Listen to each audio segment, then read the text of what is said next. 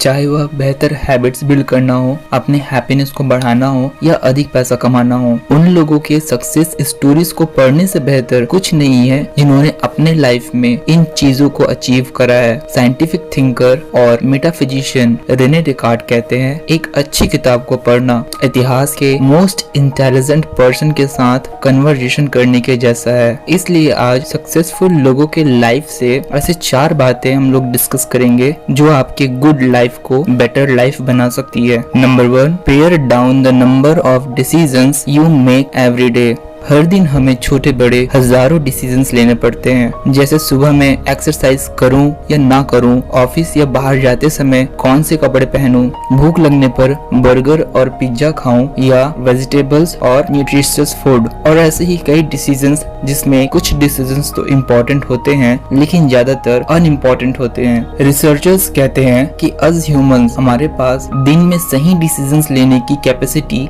Limited होती है। इसका अर्थ है कि यदि दिन के शुरुआत में आप छोटे व अनइम्पोर्टेंट डिसीजन लेने के लिए अपना ब्रेन पावर यूज करते हैं तो दिन के अंत में आपके पास इम्पोर्टेंट डिसीजन लेने की कैपेसिटी कम हो जाएगी और आप सही समय पर एक इफेक्टिव डिसीजन नहीं ले पाएंगे। इसे साइकोलॉजिकल टर्म में डिसीजन फटीग कहते हैं। इसलिए हर दिन एक इफेक्टिव डिसीजन लेने के लिए आपको अपने मेंटल पावर को सेव करना सीखना होगा। आप अपने अनइम्पोर्टेंट कामों को ऑटोमेट या डेलीगेट कर सकते हैं ताकि आप अपने ब्रेन पावर को उस एक काम पर फोकस कर सके जो आपके सक्सेस के लिए सबसे ज्यादा जरूरी है। Number 2, tear up your to do list. सफलता उस आदमी को नहीं मिलती जो हर दिन सबसे ज्यादा काम करता है और हमेशा बिजी रहता है, बल्कि सफलता उस आदमी को मिलती है जो हर दिन वह काम करता है जो करना उसके सक्सेस के लिए सबसे ज्यादा जरूरी है। जनरली एक टू डू लिस्ट में हम अपने दिन के उन सारे कामों को लिखते हैं जो हमें करना है, ना कि सिर्फ उन कामों को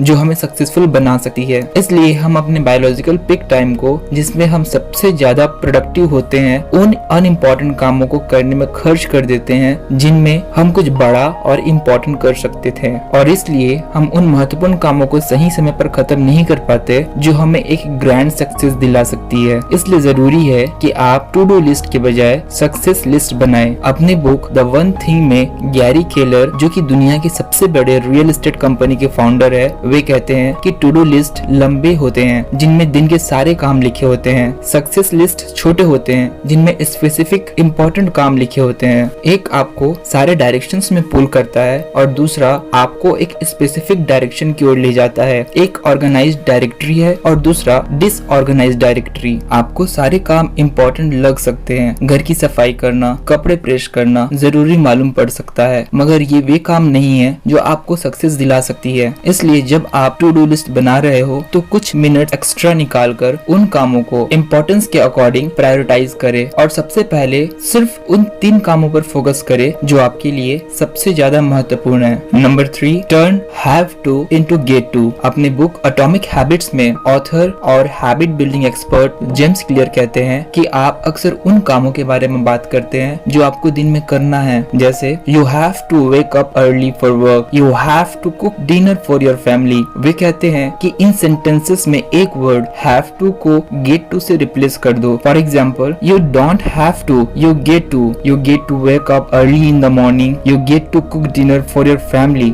इससे होगा क्या? इससे होगा ये कि आपके चीजों को देखने का नजरिया बदल जाएगा। आप चीजों को नए एंगल से देख पाएंगे, आप बर्डन को अपॉर्चुनिटी की तरह देख पाएंगे, आप प्रॉब्लम्स को चैलेंज की तरह देख पाएंगे। सेंटेंस में एक वर्ड को बदलने से सिर्फ वर्ड ही चेंज नहीं होता बल्कि आपका माइंडसेट भी चेंज होता है। अगर आपको कुछ लिखना है तो ये मत कहिए I have to write today, बल्कि खुद से कहिए I get to impact thousands of people for the better through my thoughts today. अगर आपको पढ़ना है तो कहिए I get to learn from the most intelligent and successful individuals who ever live today, बजाय ये कहने की कि I have to read. Number 4, use people's favourite sound. जब अपने classic book how to win friends and influence people में Dale Carnegie American politician Jim Farley से उनकी ज्यादा लाइकेबल और परसुएसिव होने का सीक्रेट पूछते हैं तो फार्ले कहते हैं कि वे जिन लोगों से भी मिलते हैं वे उनका नाम याद कर लेते हैं। इनफैक्ट उन्होंने 50,000 लोगों के नाम भी याद कर रखे थे। लेकिन क्वेश्चन यह है कि लोगों का नाम याद रखना क्यों इतना इम्पोर्टेंट है। इसके दो रीजन है। पहला, जब आप किसी को उनके नाम से पुकारते हैं तो वह पर्सन रिस्पेक्टेड और इम्पोर्टेंट फील करता है। दूसरा, जब आप कन्वर्जेशन के दौरान उनका नाम लेते हैं तो उनका कन्वर्जेशन में एंगेजमेंट और इंटरेस्ट और ज्यादा बढ़ता है। कार्नेगी कहते हैं कि व्यक्ति के लिए उनका खुद का नाम किसी भी भाषा में